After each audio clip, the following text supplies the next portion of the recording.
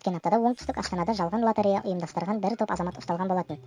Төтенше жағдайлар режимін бұзып, желіде ұтыс өткізгендер арасында танымал әнші Ернар Айдар да бар болып шықты. Бүгінде аталмыш конкурсты ұйымдастырған адамдарға қатысты алаяқтық бабы бойынша қылмыстық іс қозғалды.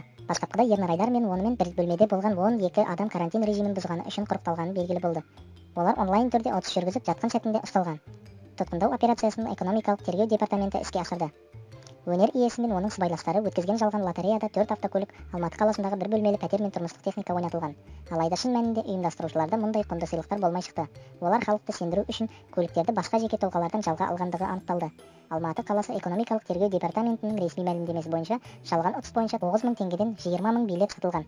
Бұл дегеніміз 198 миллион теңге. Айта кету керек, соңғы кездері отандық өнер жұлдыздары ұқсас ұтыс ойындарын көптеп өткізуде. Ұсталғаннан кейін үйіне жіберілген Ернар Айдар бірден желіде видео үндеу жариялап, алданып қалған ұтыс қатысушыларынан кешірім сұрады. Әнші бұл жағдайда өзі де алданғанын айтты.